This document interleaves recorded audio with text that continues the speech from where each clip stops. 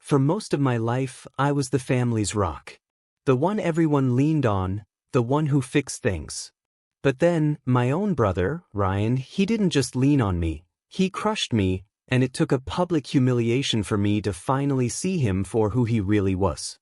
I'm Jake, I'm 29, and for as long as I can remember, I've been the dependable one. The problem solver. The guy who always stepped up when someone needed help. And for a long time, I actually liked that. It was just who I was. But after everything Ryan did, I realized being the good guy just makes you a doormat. Ryan, he's 26, 3 years younger than me. And let me tell you, he's always had it easy. Growing up, my parents practically put him on a pedestal, while I was expected to be the responsible one. He was the golden child, the one who could do no wrong. And me? I was the designated mess cleaner-upper. When he dropped out of college after a year, my parents barely even blinked. School wasn't for him, they'd say, and just accepted it. No questions asked.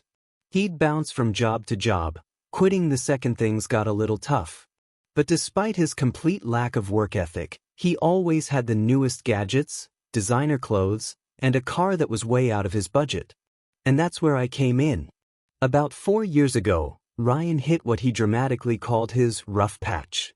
He just lost another job, surprise, surprise, and was facing eviction. My parents, who'd already spent a fortune bailing him out of his bad decisions, finally drew a line. They refused to help. So, like an absolute fool, I stepped in. I was working 2 jobs back then, a sales manager by day and freelance IT work at night. I was exhausted, but I was building something, saving for a future where I wouldn't have to constantly struggle. Ryan knew this, but instead of respecting it, he begged me for help. Said he just needed a little boost to get back on his feet. That boost turned into me covering his rent. And not just for a month or 2. It became a regular thing. I kept paying month after month, always clinging to this hope that at some point, he'd finally get his act together. He never did. Instead, he got comfortable. Way too comfortable. I watched as he turned my hard-earned money into his personal playground. He wasn't scraping by, he was living better than me. Fancy dinners, weekend trips, expensive sneakers. He had it all. I knew he wasn't making money on his own. Anytime I'd try to talk to him about it, he'd just wave me off. Relax, man, I'll pay you back when I get my big break. My big break. God, that was his favorite phrase. He always had some excuse for why he wasn't working a real job. One month he was building his brand as an influencer.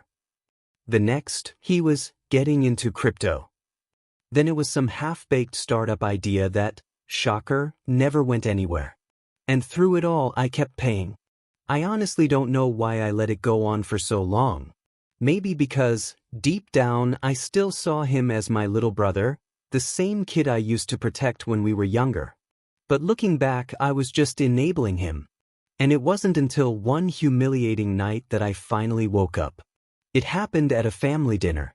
It had been a long week. I was completely drained from work, but my mom insisted we all get together. These dinners were a regular thing, her way of keeping the family connected. I wasn't really in the mood, but I went anyway, thinking it would be nice to see everyone. I should have stayed home. The night started off fine. We were eating, chatting, the usual stuff. Ryan, as always, was bragging about nonsense. This time, it was about some girl he was talking to and how she only dated high-value men. He went on and on about how some people would never understand what it's like to be successful because they settle for mediocre lives. At first, I ignored it. Ryan was always full of himself. But then he turned to me, smirking. Like Jake, for example. Dude works 2 jobs just to afford basic stuff. Meanwhile, I get to live my life however I want. That's the difference between winners and losers. Losers. He called me a loser. Me, the one who had been keeping a roof over his head for years. I felt my face flush, a hot wave of anger and shame washing over me. I let out a short, incredulous laugh, thinking he had to be joking. "You're kidding, right, Ryan?" He just shrugged. "I mean, it's kind of sad, don't you think? Working yourself to death while I'm out enjoying life." The room went silent. My mom gasped. My dad just slowly shook his head. I couldn't believe what I was hearing. The audacity. The complete lack of gratitude. After everything I had done for him, this was how he saw me. I clenched my fists under the table, my knuckles white. I could have blown up at him right then and there. But I didn't. Instead, I forced a smile and nodded. "Yeah, you're right, Ryan. It is sad." And just like that, I knew exactly what I had to do. I didn't argue. I didn't yell. I just made a silent decision. That was the last month I ever paid his rent. The very next day, I called his landlord and told him that Ryan was on his own. No more payments from me. No more covering his bills. I cut off everything. His phone, his car insurance, even the emergency credit card I had stupidly put in my name for him. Ryan didn't realize it at first. He was too busy living his high-value lifestyle. But when the rent came due, reality hit him like a truck. And the best part? I didn't say a word. I let him figure it out on his own. I ignored his calls, his texts, all of it. It wasn't until a week later that he finally snapped. That's when the real chaos started. Ryan showed up at my apartment unannounced, pounding on the door like a lunatic. It was late, past midnight, and I had just gotten home from a long shift. The second I opened the door, he shoved his way inside, his face red with frustration. "Dude, what is wrong with you? My landlord says rent wasn't paid. My car insurance got canceled. My phone bill is overdue. What's going on?" I leaned against the counter, arms crossed, and watched him lose it. It was actually kind of satisfying, I won't lie. I stopped paying. His eyes widened. "What?" "I stopped paying," I repeated, slow and deliberate. "You said it yourself, remember? I'm just a loser working myself to death. So why would I waste my hard-earned money on someone who's too successful to work?" His face twitched. "Dude, I was joking. You know I don't actually think that." I scoffed. "No, Ryan. You weren't joking. You were showing your true colors. And guess what? You made your bed. Now lie in it." He blinked a few times, his mind clearly scrambling for a way out of this. "Jake," he tried, his voice suddenly softer, pleading. "Come on, man, you can't just do this to me. I need that money." I tilted my head. "Oh, need it? Funny, because I thought you were a winner, and I was just a loser working 2 jobs. I figured you'd have plenty of money saved up." His jaw clenched. "Dude, stop being petty. Just cover this month's rent and I swear I'll figure things out." I laughed. Actually laughed in his face. "Yeah, no. You're on your own." That's when he completely lost it. "You're seriously going to do this to me?" His voice got louder, angrier. "After everything I've done for you?" I raised an eyebrow. "Everything you've done for me?" I repeated, incredulous.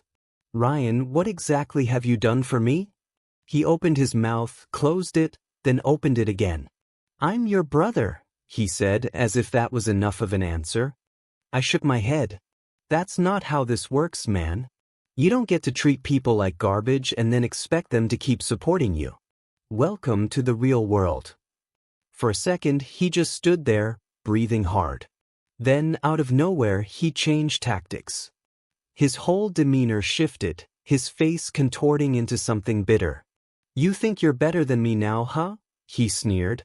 "Just because you have a stupid job and some money saved up?" "I don't think I'm better than you, Ryan," I said, my voice steady. "I know I am." That set him off. His fists clenched, and for a second, I thought he might actually try to swing at me. But instead, he just let out this humorless laugh and took a step back. "All right, fine," he said. "You want to play this game? You want to leave me out in the cold? Watch what happens." I frowned. "What's that supposed to mean?" He smirked, but there was no humor in it. You'll see. Then he turned and walked out, slamming the door behind him so hard the wall shook. I stood there for a moment, processing what had just happened. Something about the way he said it put me on edge. I had no idea what Ryan was planning, but I had a feeling this wasn't over. And I was right. Because 3 days later, my mom called me in a panic. "What did you do to your brother?" she demanded the second I picked up. My stomach dropped. "What are you talking about?" She sighed dramatically. "He's staying with us now because he says you kicked him out onto the streets." I closed my eyes and exhaled slowly. "Mom, I didn't kick him out. I just stopped paying for his lifestyle."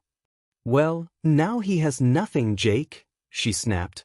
"No apartment, no car, no money. How could you do this to your own brother?" I let out a dry laugh. "Mom, I didn't do anything. He did this to himself." "He said you were being cruel," she shot back. "That you're punishing him for no reason."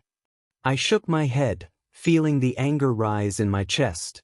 Of course Ryan spun the story to make himself the victim. I gripped the phone tightly. "Mom, let me ask you something. Has Ryan told you where all his money was going while I was paying his rent? Has he mentioned the designer clothes, the expensive dinners, the weekend getaways?" Silence. I continued, "Because that's where my money went. Not to a struggling brother who was trying to get back on his feet. To a lazy, entitled brat who spent it all on himself." More silence. Then, in a quieter voice, she said, "Well, he's family, Jake. You don't just abandon family." And there it was.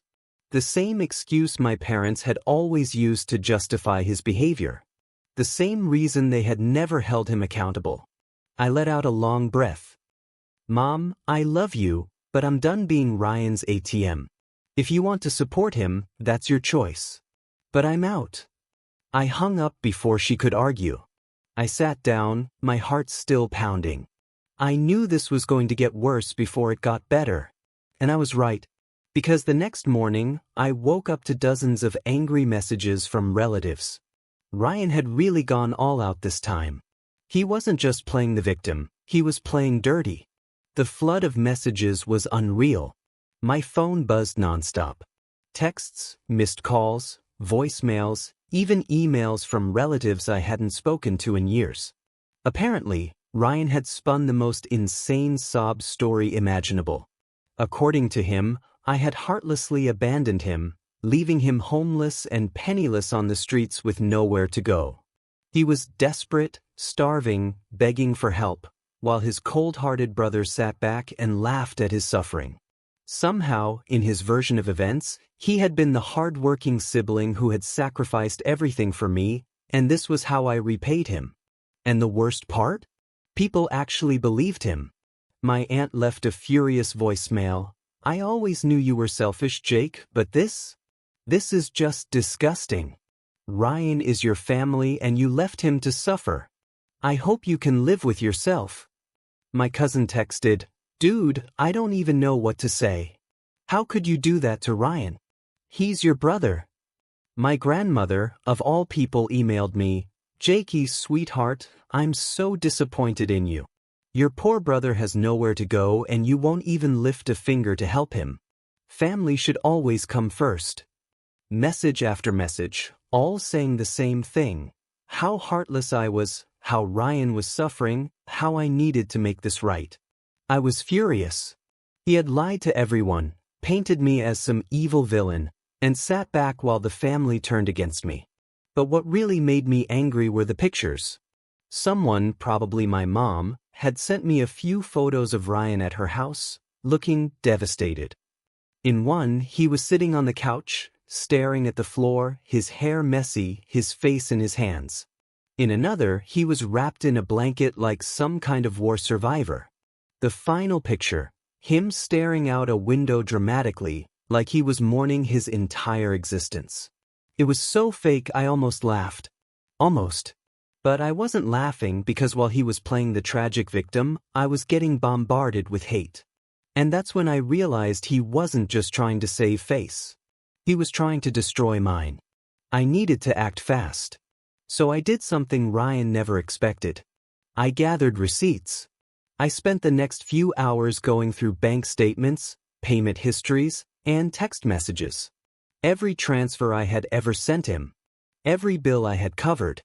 Every ridiculous purchase he had made while claiming he was struggling. The $200 dinners, the designer clothes, the weekend trips, the VIP concert tickets. I screenshotted everything. Then I wrote one message and sent it to every single person who had called me a monster.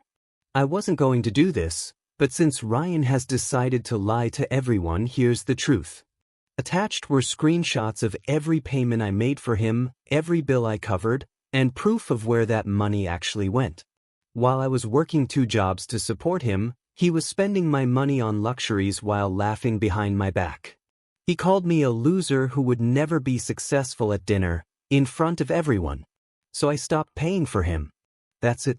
If you still think I'm the villain here, that's your choice. But I won't be manipulated anymore. And I hit send. What happened next? Let's just say Ryan was about to learn what happens when you push the wrong person too far. It didn't take long for Ryan to find out I'd sent those messages. It was barely an hour later when my phone buzzed with an incoming call from him. I didn't answer. Instead, I sat there, staring at the screen, watching the call go to voicemail. I knew what was coming. I could feel it in my gut. 5 minutes later, he called again. I ignored it again. The phone buzzed a 3rd time. This time, I answered. Jake. Ryan's voice was low, but there was a dangerous edge to it. I could practically hear the anger radiating through the phone. You've made a huge mistake. I leaned back in my chair, trying to sound casual. Oh, and what's that? He scoffed. You really think you can just air out all our dirty laundry like that? You think everyone is going to believe your lies? I didn't lie about anything, Ryan, I replied, keeping my tone even. I just showed them the truth. You're the one who's been lying. There was a pause on the other end, then he spoke in a more threatening tone. You're going to regret this. You know, you destroyed any chance of me ever helping you again. You've burned that bridge for good. I smirked, leaning forward in my chair. You're threatening me now? After everything you've done to me? You really think I'm scared of you? He was quiet for a moment, but then I heard a sharp exhale. You don't get it, do you, Jake? You owe me. You think this is just about money? This is about loyalty. This is about family. And you're going to pay for what you've done to me. You'll come crawling back, begging for my help, and I won't lift a finger to help you. Not after this. The words stung, but I wasn't going to show it. You can try to make it sound like you're some kind of hero, but the truth is, you've always been using me. That's over now. There was a beat of silence, and then Ryan's voice dropped to a deadly whisper. You know where I'm coming from, right? You know I'm not leaving until we fix this. I'm coming over to your place. You better have something for me when I get there. I could feel my heart rate speed up. This was no longer just a fight over money. It was about control. Ryan wasn't used to not getting his way, and I had just taken that away from him. And now he was coming to make me pay. Good luck with that, I said, trying to keep my voice steady. I'll be here waiting. I'll even let you in. You'll find no sympathy from me, though. He didn't respond. The line went dead. I sat there, the weight of what was coming settling on me like a thick fog. He was on his way, and I knew it wasn't going to be pretty. It didn't take long before I heard a knock on my door. I opened it without hesitation, and there stood Ryan, looking like he'd just stepped out of a war zone. His eyes were wild, his face tight with anger. You really think you can just cut me off and expect everything to go back to normal? He snarled, barging past me into the apartment. You think I won't come here and make you fix this? I need that money, Jake. I deserve it. I shut the door behind him and crossed my arms. Deserve it? Are you serious? Ryan took a step closer, jabbing a finger into my chest. You're the one who's been living in denial, man. I've been taking care of you for years. You think I haven't made sacrifices for you? I was the one making sure you didn't lose everything. And now you're going to ruin me over nothing. I kept my composure, standing tall. No, Ryan. I didn't ruin you. You did that yourself. I stopped giving you what you expected from me, and now you're here acting like I owe you something. But you don't get to take advantage of me anymore. He let out a sharp laugh, but there was no humor in it. You really think you're in control now? You think you can just shut me out and it'll be over? You don't know who you're dealing with. I'm family, Jake. I'm your brother. And if you think you can turn your back on me without any consequences, you've got another thing coming. I held my ground, watching him pace back and forth, getting more agitated. I need money now, he demanded, his voice rising. You have plenty of it. You've been saving all this time. You owe me at least something. You don't get to leave me stranded like this. I shook my head. I'm not giving you another dime. You've had enough of my money. It's time for you to figure things out on your own. Ryan's face twisted with rage. You think you can just walk away from this? You think I'm just going to let you go without making you pay? He moved closer again, his breath hot against my face. I could see the fury in his eyes, but I wasn't backing down. I'm not scared of you, Ryan, I said, my voice low and firm. You don't control me anymore. You never will again. He stopped, breathing heavily. For a moment, it seemed like he was considering his next move, trying to figure out if I was bluffing. But then he seemed to make up his mind. You want to play it like this? He spat, taking a step back. Fine. But you're going to regret this, Jake. I swear to God you'll regret this. I won't let you get away with treating me like this. Not this time. And with that, he turned on his heel and stormed out of my apartment, slamming the door behind him with such force that the whole building seemed to shake. I stood there, staring at the door, my heart pounding. This wasn't over. Not by a long shot. Ryan wasn't done, and whatever he had planned next, I knew it would be even more intense than what had just happened.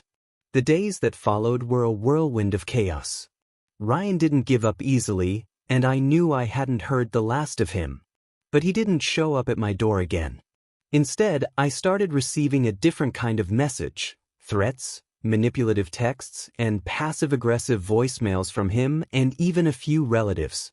Everyone seemed to be taking his side, bombarding me with guilt about how I was tearing apart the family. I had expected this, but it didn't make it any easier. The emotional weight of what was happening was starting to wear on me. Ryan was good at playing the victim, and suddenly he had everyone believing I was the one who had been heartless, that I was the one who had broken family bonds. But I refused to back down. I spent the next few days building my case, documenting every lie, every manipulation, and every outrageous demand Ryan had made over the years. I even reached out to a lawyer, just to make sure I wasn't doing anything that could come back to haunt me legally. Then came what I thought would be the final blow. I got a call from Ryan's girlfriend, who had been living with him for the past year. Apparently, they were in even more debt than I had known. She sounded desperate, trying to manipulate me into sending more money to help him out. She said he was ruining his life, and that I was the only one who could save him. It was like déjà vu. This was the same tactic he had used on me when he needed help. And I wasn't buying it anymore. I cut her off mid-sentence. I've done enough and I'm done. If Ryan wants to keep playing these games, that's his choice, but I'm not enabling it anymore. The next thing I knew, the entire family was calling me. They were furious, and I could practically hear them shaking their heads in disbelief that I wasn't willing to help my own brother.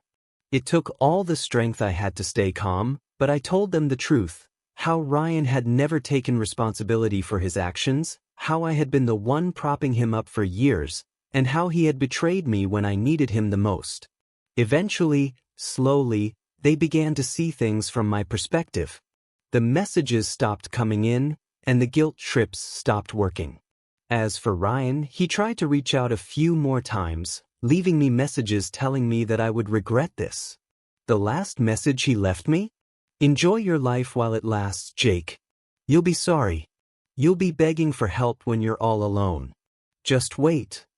It was a hollow threat. Empty. Like everything else he had ever said to me. But here's where things got interesting. A week later, I received a call from one of his old friends, someone I hadn't spoken to in years. Apparently, Ryan had been bragging about a new business venture he was launching, something to get himself back on track after all his failures. I couldn't help but laugh to myself. Ryan, who had constantly told me how useless and lazy I was now claiming to be starting his dream business. I wasn't even sure if he had the skills to pull it off, let alone the drive. But at that moment I realized something. He was never going to change. Ryan would always be the same person. Selfish, manipulative, and utterly incapable of taking responsibility for his own life. I stopped worrying about him. Stopped letting him take up space in my mind. I moved on with my life, focusing on my own happiness, my goals, and my future. I wasn't going to let my brother's dysfunction hold me back any longer. Looking back now, I know I made the right choice. But I still wonder, could I have done more to help him? Did I take things too far? What do you all think? Was I wrong to cut him off, or was I just finally standing up for myself after years of being used?